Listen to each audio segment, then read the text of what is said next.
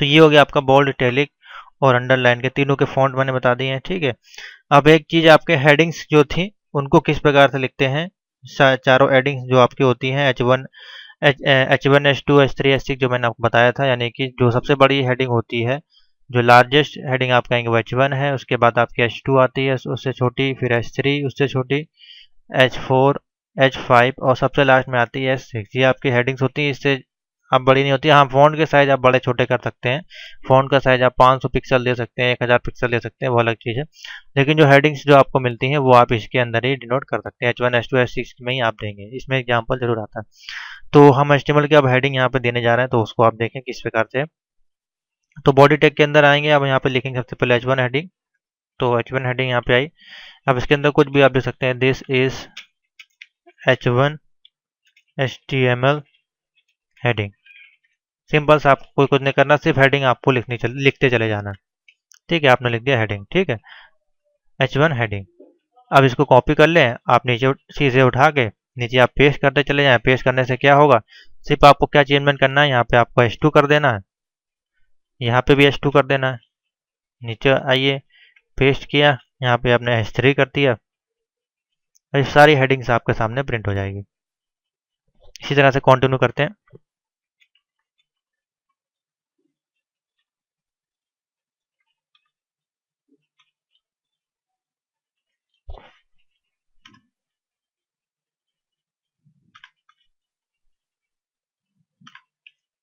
ठीक है स्टूडेंट, तो देखिए यहाँ पे मैंने कंप्लीट कर दिया, सारी हेडिंग्स हमने लिख दी H1 H2 H3। उसको कंट्रोल S से हमने सेव किया। अब इसको रन करा कर देखते हैं कि इस प्रकार से प्रिंट हो जाएगा। देखिए एक सीरीज में आपका प्रिंट हो जाएगा। सबसे पहले आपकी आएगी हेडिंग। अब देखिए साइज इसका बड़ा है, इसको हम 100 पे ले जाते हैं। तो जब 100 पे ले जाएंगे तो आपको कुछ इस प्रकार से दिखाई देगा, this is HTML tag heading 1 heading 2। अब इसको हमने चेंजमेंट नहीं किया, इसलिए यहाँ पे नहीं आ रहा है। यहाँ पे भी आप चेंज कर सकते हैं, H2 H3 समझने के लिए आपके लिए है, कुछ नहीं है ज़्यादा इसमें। ठीक है, इसको फिर से सेव करते हैं और फिर से यहाँ पे जाकर रिफ्रेश कर देते हैं इसको। तो देखिए चेंज हो गया। अब यहाँ पे सब आपका सीरियल वाइज आ गया, H1 H2 H3 H6। अब इस प्रकार देखिए पूरी हेडिंग्स होती हैं। ठीक है, इसी प्रकार से आप उल्टा कर देंगे, यानी कि H1 को नीचे लगा देंगे तो ये वाला बड़ा हो जाएगा, ये छोटा हो जाएगा। तो इस प्रकार से प्रिंट आप करा सकते हैं। तो जैसे हेडिंग्स आपको लेनी है वो आप हेडिंग्स टैग को इसी प्रकार से लिखेंगे। आप कहीं भी हेडिंग देनी है, बीच में देनी है, यानी कि बॉडी के अंदर देनी है, टाइटल में हेडिंग देनी है, कहीं भी हेडिंग देनी है, तो आपको ये हेडिंग के टैग डालने पड़ेंगे। उसके बाद आप उसको लिख सकते हैं। अब इसी को आपको बोल्ड करना है तो आप नीचे इसी में बोल्ड भी लगा दें। इसी को इटैलिक करना है वो इटैलिक कर सकते हैं। यहीं पे सारा काम आपका इसी के अंदर हो जाएगा। ठीक है, इसे हमको इटैलिक करना है इसको, तो इसी को आप इटैलिक भी कर सकते हैं।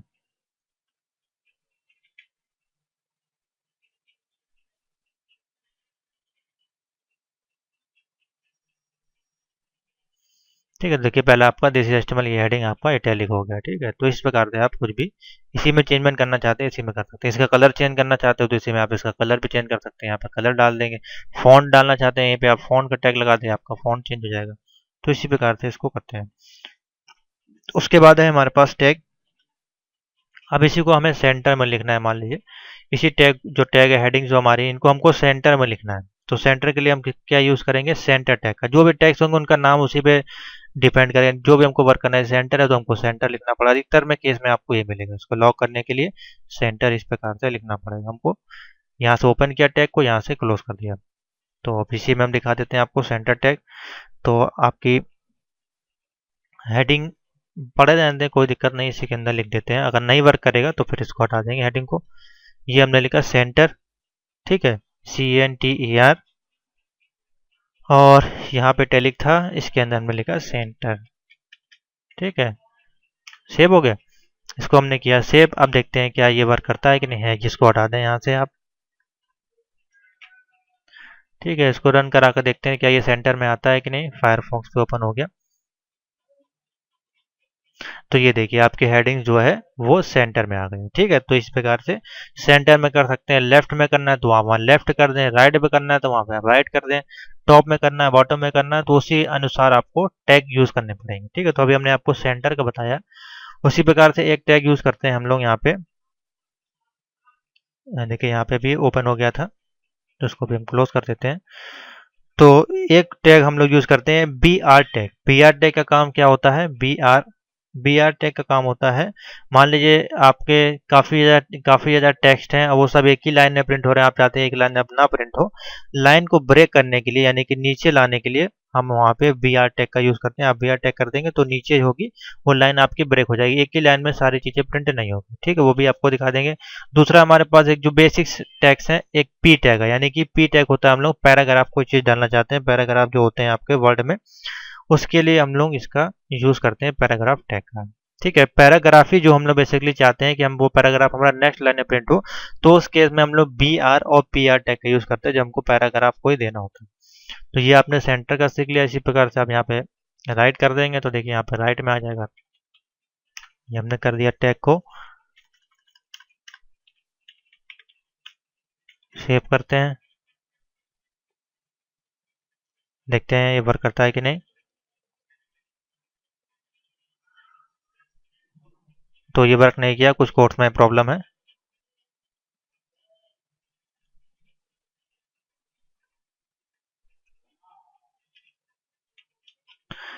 देखिए जब राइट लेफ्ट हम लोग करेंगे तो उसके लिए हमको अलाइनमेंट देना पड़ेगा। यहाँ पे हमने अलाइनमेंट टैग का यूज़ नहीं किया, इसलिए ये वर्क नहीं कर रहा है। यहाँ पे सिर्फ अभी सेंटर टैग काम कर रहा है क्योंकि अभी हेडिंग में हम काम कर रहे हैं। ठीक है, तो वो भी आपको आगे वाली वीडियो में बता देंगे। अब हम आपको इसी में बताने जा रहे हैं कि अगर हमको लाइन को ब्रेक करना है या पैराग्राफ डालना है तो किस प्रकार से उसको वर्क करेंगे। तो एक एग्जाम्पल के तौर पर हम लिख रहे हैं यहाँ पे दी, यहाँ पे हमने पैराग्राफ टैग को यूज़ किया, दी पैराग्राफ टैग इंडिकेट, एक एग्जाम्पल के तौर पर हम ले रहे हैं इंडिकेट अ न्यू पैराग्राफ। ठीक है, पैराग्राफ अब यहाँ लिखते हैं it is the same as, अब यहाँ पे लिखते हैं हमको लाइन को यहाँ पे ब्रेक करना है तो हम लिखेंगे बी आर। ठीक है, इस प्रकार से बी आर, और इसको हम दो बार लिखते हैं, यानी हमको दो स्पेस देना है। जितनी बार आप बी आर लिखेंगे तो यानी कि दो लाइन नीचे आएगा। बी आर लिखते हैं, फिर यहाँ पे this is most often used by itself, कुछ भी आप दे सकते हैं। ठीक है, तो ये हमने यहाँ पे दे दिया। ठीक है, मान लीजिए हमने यहाँ पे दे दिया यहाँ पे, और अब देखिए इसमें हमने पैराग्राफ ले लिया। अब पैराग्राफ को यहाँ से हटा देते हैं। अब इसको हम सेव करते हैं। अब देखते हैं किस प्रकार से आपको प्रिंट होता है ये। तो उसको हमने रन किया क्रोम पे, तो ये देखिए दी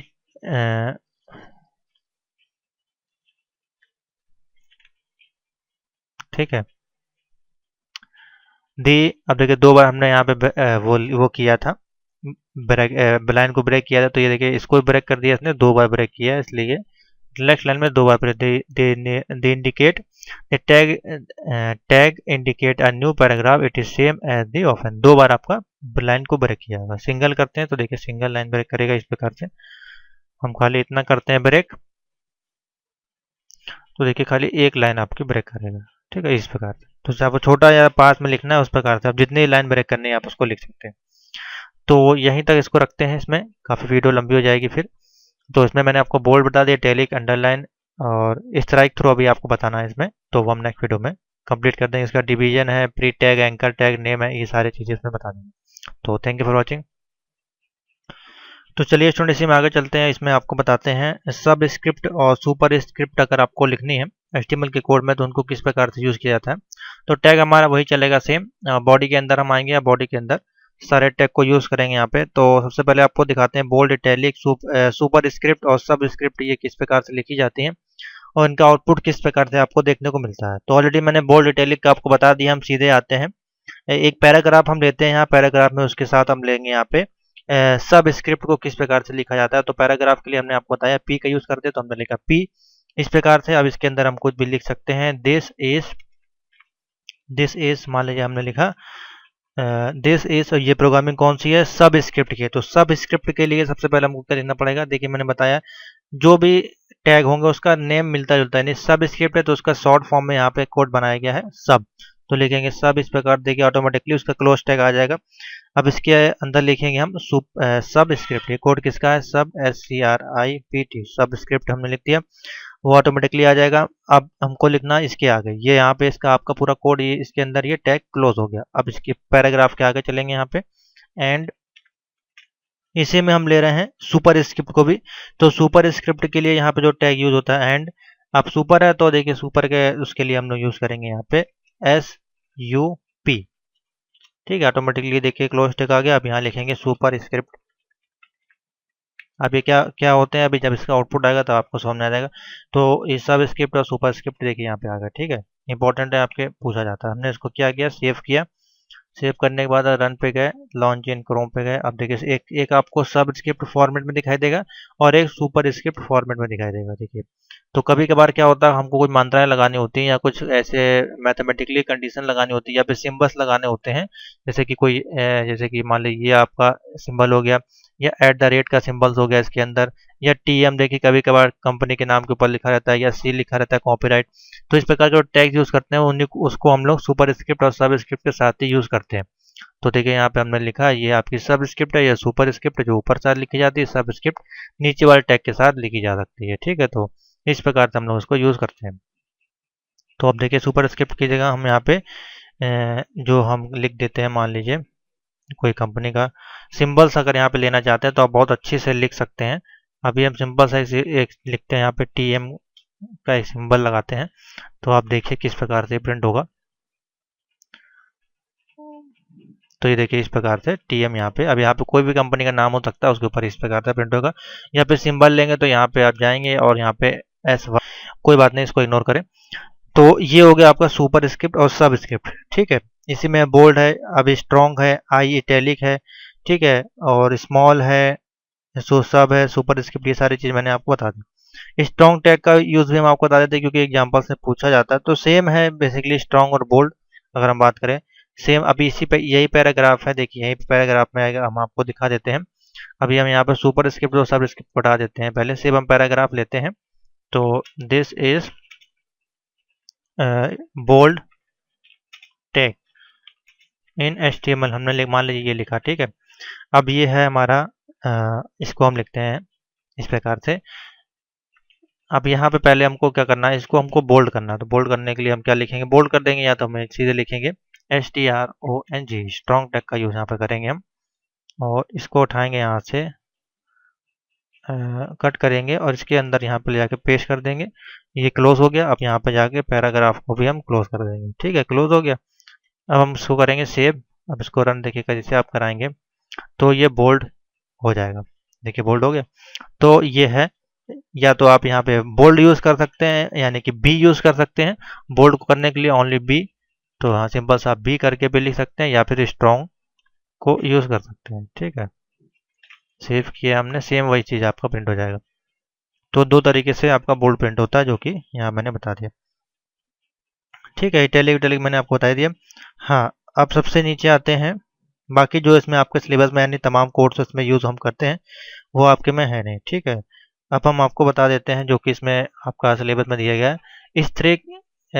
स्ट्राइक थ्रो, इसको क्या बोलते हैं, स्ट्राइक थ्रो बेसिकली जैसे कि ये टैग है, इसके बीच में से एक लाइन आपकी इस प्रकार से आपकी खींच देगा।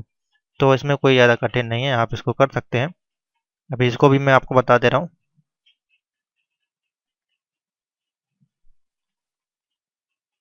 तो इसके लिए बेसिकली आपको क्या लिखना है, स्ट्राइक जो है उसी को आपको टैग में ले लेना है, आप इसको बना पाएंगे। देखिए किस प्रकार से इसको बनाना है, इसको भी मैं इसी में बता दे रहा हूँ। तो चलिए इसके कोड के लिए, मान लीजिए कोई आपने टैग लिखा, कोई पैराग्राफ लिखा, उस पर आपको स्ट्रिक्ट सेट को यूज़ करना है। तो देखिए इसमें 2-3 तरह का टैग यहाँ पे हम बेसिकली यूज़ करते हैं। एक हम टैग यूज़ करते हैं INS, या तो आप इसको यूज़ कर सकते हैं, या फिर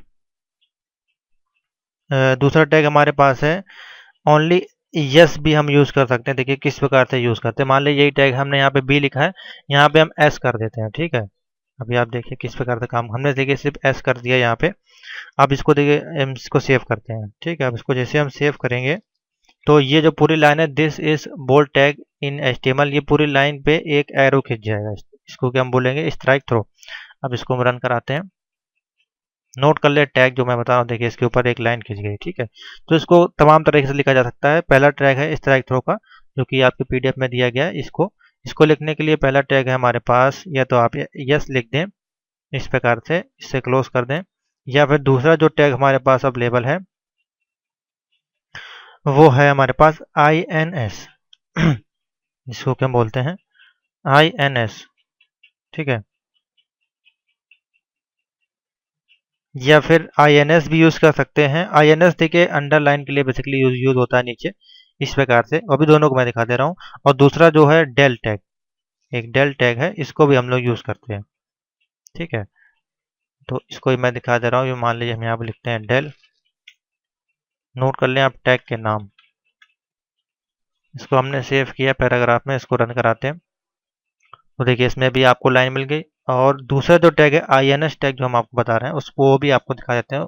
INS टैग का यूज किस प्रकार से करना है। तो लिखा INS, इसको हमने सेव किया और इसको जब हम रन कराएंगे तो देखिए इनके नीचे की तरफ आपको अंडरलाइन मिल जाएगी इस प्रकार से, ठीक है। तो तीनों अलग अलग टैग हैं, नाम आप टैग नोट करते जाएं। एक INS जो कि अंडरलाइन नीचे करेगा, एक आपका डेल है टैग जो कि स्ट्राइक थ्रू करेगा, और दूसरा है S, ठीक है। और तीसरा स्ट्राइक भी आपको बता देते हैं, उसके भी वो भी आपको दिखा देते हैं अभी किस प्रकार से वो काम करेगा।